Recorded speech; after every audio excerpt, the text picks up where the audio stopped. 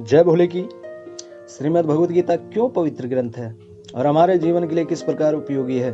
सभी विद्वानों के अपने अपने कथन हैं। स्वतंत्र भारत में मैंने भी स्वाध्याय अध्ययन अध्यापन से अपने विचार प्रकट किए हैं।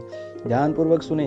अच्छा लगे तो चैनल को सब्सक्राइब करना ना भूलें, क्योंकि आपकी अनुक्रिया प्राप्त होती रहेगी तो नवीनता ज्ञान का स्वतः प्रवेश होता रहेगा। अब विषय में आते हैं।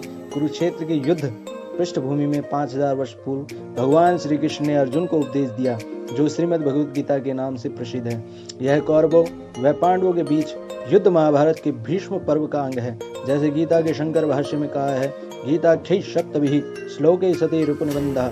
गीता में 18 अध्याय और 700 श्लोक है। गीता की गणना प्रस्थान त्रयी में की जाती है, जिसमें उपनिषद और ब्रह्म सूत्र भी सम्मिलित हैं। अतएव भारतीय परंपरा के अनुसार भगवद गीता का स्थान वही है जो उपनिषद और धर्म सूत्रों का है। उपनिषदों को गौ और भगवद गीता को उसका दुग्ध कहा गया है।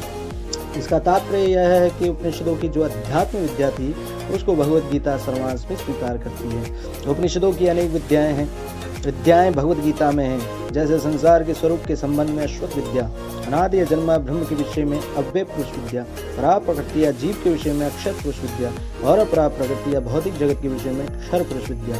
इस प्रकार वेदों के ब्रह्मवाद और उपनिषदों के अध्यात्म दोनों की विशिष्ट सामग्री गीता में सन्निविष्ट है। उसे ही पुष्पिका के शब्दों में ब्रह्म विद्या कहा गया है। भगवद गीता में ब्रह्म विद्या का आशय निवृत्ति पर ज्ञान मार्ग से है। इसे सांख्य मत कहा जाता है, जिसके साथ निवृत्ति मार्गी जीवन पद्धति जुड़ी हुई है। लेकिन गीता उपनिषदों की मोड़ से आगे बढ़कर उस युग की देन है जब एक नया दर्शन जन्म ले रहा था, जो गृहस्थों की प्रवृत्ति धर्म को निवृत्ति मार्ग के समकक्ष और उतना ही फलदायक मानता था। इसी का संकेत देने वाला गीता की पुस्तिका में योग शास्त्री शब्द है। यहाँ योग शास्त्री का अभिप्राय निसंदेह कर्म योग से ही है। गीता में योग की 2 परिभाषाएं पाई जाती हैं। एक निवृत्ति मार्ग की दृष्टि से, जिसमें समत्वम योग उच्चते कहा गया है, अर्थात गुणों के वैषम्य में साम्य भाव रखना ही योग है। सांख्य की स्थिति यही है। योग की दूसरी परिभाषा है योगः कर्मसु कौशलम, अर्थात कर्मों में लगे रहने पर भी ऐसे उपाय से कर्म करना कि वह बंधन का कारण ना हो और कर्म करने वाला उसी असंग या निर्लेप स्थिति में अपने को रख सके, जो ज्ञान मार्गियों को मिलती है।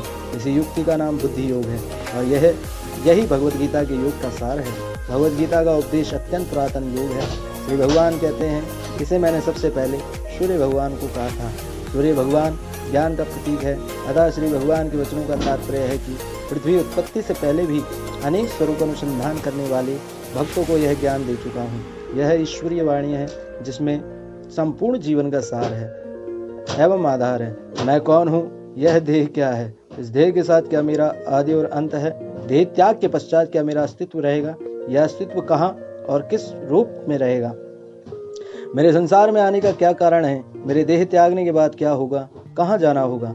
सभी प्रश्नवाचक वाक्य हैं। किसी भी जिज्ञासु के हृदय में यह बातें निरंतर घूमती रहती हैं। हम सदा इन बातों के बारे में सोचते हैं और अपने को अपने स्वरूप को नहीं जान पाते। भगवद गीता शास्त्र में इन सभी के प्रश्नों के उत्तर सहज ढंग से श्री भगवान ने धर्म संवाद के माध्यम से दिए हैं। इस देह को, जिसमें 36 तत्व जीवात्मा की उपस्थिति के कारण जुड़कर कार्य करते हैं, क्षेत्र कहाँ है और जीवात्मा इस क्षेत्र में निवास करता है, वही इस देह का स्वामी है।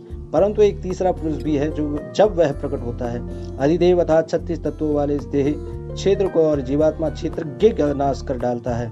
यही उत्तम पुरुष ही परम स्थिति और परम सत्य है। यही नहीं, देह में स्थित और देह त्याग कर जाते हुए जीवात्मा की गति का यथार्थ वैज्ञानिक एवं तर्कसंगत वर्णन भगवद गीता शास्त्र में हुआ है। जीवात्मा नित्य है और आत्मा उत्तम पुरुष को जीव भाव की प्राप्ति हुई है। शरीर के मर जाने पर जीवात्मा अपने कर्मानुसार विभिन्न योनियों में विचरण करता है। गीता का प्रारंभ धर्म शब्द से होता है तथा गीता के 18वें अध्याय के अंत में इसे धर्म संवाद कहा है। धर्म का अर्थ है धारण करने वाला, अथवा जिसे धारण किया गया है। धारण करने वाला जो है उसे आत्मा कहा गया है और जिसे धारण किया है वह प्रकृति है। आत्मा इन संसार का बीज अर्थात पिता है और प्रकृति गर्भ धारण करने वाली योनि अर्थात माता है। धर्म शब्द का प्रयोग गीता में आत्म स्वभाव एवं जीव स्वभाव के लिए जगह जगह प्रयुक्त हुआ है।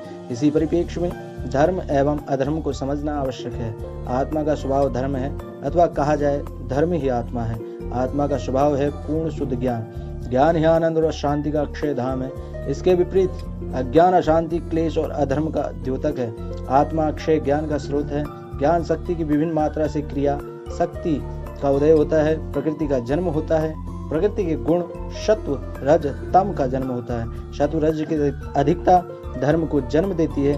तम रज की अधिकता होने पर आसुरी प्रवृत्तियां प्रबल होती हैं और धर्म की स्थापना अर्थात गुणों के स्वभाव को स्थापित करने के लिए, सत्व गुण की वृद्धि के लिए अविनाशी ब्राह्मी स्थिति को प्राप्त आत्मा अपने संकल्प से देह धारण कर अवतार ग्रहण करती है। संपूर्ण भगवद गीता शास्त्र का निचोड़ है बुद्धि। बुद्धि को हमेशा सूक्ष्म करते हुए महाबुद्धि आत्मा में लगाए रखो तथा संसार के कर्म अपने स्वभाव के अनुसार सरल रूप से करते रहो। स्वभावगत कर्म करना सरल है और दूसरे के स्वभावगत कर्म को अपनाकर चलना कठिन है, क्योंकि प्रत्येक जीव भिन्न भिन्न प्रकृति को लेकर जन्मा है। जीव जिस प्रकृति को लेकर संसार में आया है उसमें सरलता से उसका निर्वाह हो जाता है। श्री भगवान ने संपूर्ण भगवद गीता शास्त्र में बार बार आत्मस्थित होने के लिए कहा है। स्वाभाविक कर्म करते हुए बुद्धि का अनासक्त होना सरल है, अतः ऐसे ही निश्चयात्मक मार्ग जाना है। यद्यपि अलग अलग देखा जाए तो ज्ञान योग, बुद्धि योग, कर्म योग, भक्ति योग आदि का गीता में उपदेश दिया है, परंतु सूक्ष्म दृष्टि से विचार किया जाए तो सभी योग बुद्धि से श्री भगवान को अर्पण करते हुए किए जा सकते हैं। इससे अनासक्त योग, निष्काम कर्म योग स्वतः सिद्ध हो जाता है। यह मैंने अपनी बात रखी। यदि इस ज्ञान को प्रत्येक व्यक्ति आपके और हमारे माध्यम से किंचित मात्र भी समझ गया तो भगवद गीता शास्त्र के सार और सार के निमित्त हम और आप हैं, जिसे इस भगवद गीता शास्त्र द्वारा संपूर्ण भगवद गीता का पाठ पढ़ाया जा सकता है। स्वयं परमपिता परमेश्वर जगत के पालन करता भगवान श्री कृष्ण जी ने भगवद गीता में 16वें अध्याय के 23वें श्लोक में कहा है कि श्लोक यह शास्त्र विधि उत्सृज्य वर्तते काम कारतः न सिद्धि मवाप्नोति न सुखम न परागति। जो पुरुष शास्त्र विधि को त्याग कर अपनी इच्छा से मनमाना आचरण करता है वह न सिद्धि को प्राप्त होता है, न ही परम गति को और न ही सुख को प्राप्त होता है। आज के लिए इतना ही। अगली वीडियो में फिर भगवद गीता के विषय में